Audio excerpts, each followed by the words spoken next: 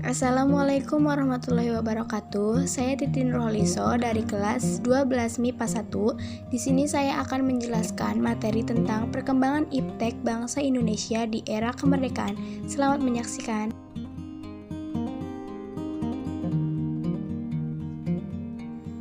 Pada awal proklamasi, teknologi komunikasi dan informasi sangat dibutuhkan. Hal itu karena dengan adanya alat komunikasi dan informasi, Indonesia dapat mencari dan mendapatkan informasi-informasi mengenai pemerintahan kolonial dan dunia. Saat itu, alat yang digunakan hanya berupa radio dan alat pemancarnya. Para pejuang kemerdekaan berusaha mencari peluang untuk memproklamasikan. Pemerintah kolonial menghalangi akses-akses masuknya iptek dari barat ke Indonesia. Sehingga dari situlah Indonesia sangat tertinggal perkembangan ipteknya dari negara-negara lain. Penyebab lain dari tertinggalnya bangsa Indonesia dalam bidang iptek yaitu masih terbatasnya pendidikan untuk mengakses ilmu pengetahuan dan teknologi di Indonesia. Kurangnya keinginan dari pemerintah Indonesia untuk mengembangkan ipteknya dikarenakan adanya penguasaan dari pihak kolonial.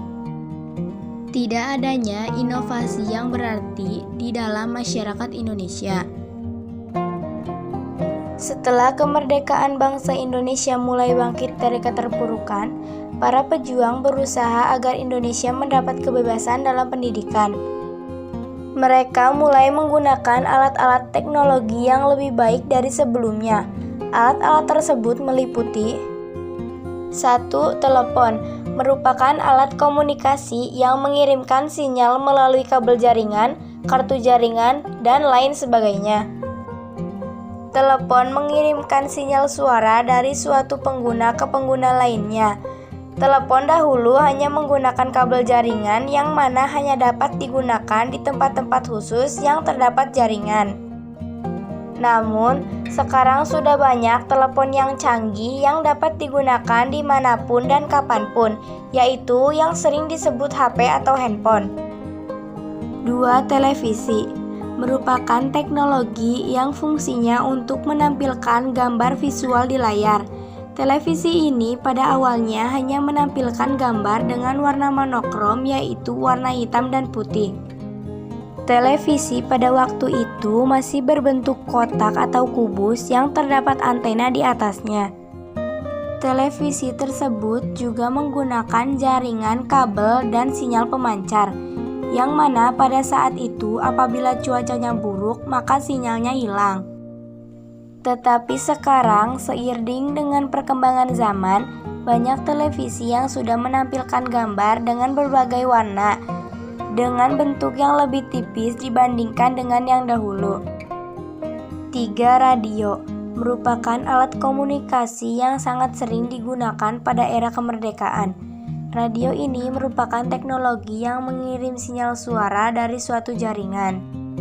Radio ini digunakan masyarakat Indonesia untuk mendengarkan berita, informasi, dan musik-musik hiburan.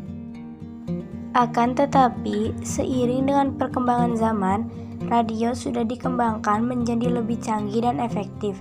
Sekarang, radio dapat diakses menggunakan HP, laptop, dan lain sebagainya. Nah, segala sesuatu pasti mempunyai dampak positif dan negatifnya. Begitu juga dengan iptek ini. Iptek mempunyai dampak positif yang meliputi 1. Mempercepat seseorang untuk mendapatkan informasi. 2. Mempermudah berkomunikasi yang tidak mengenal waktu dan jarak.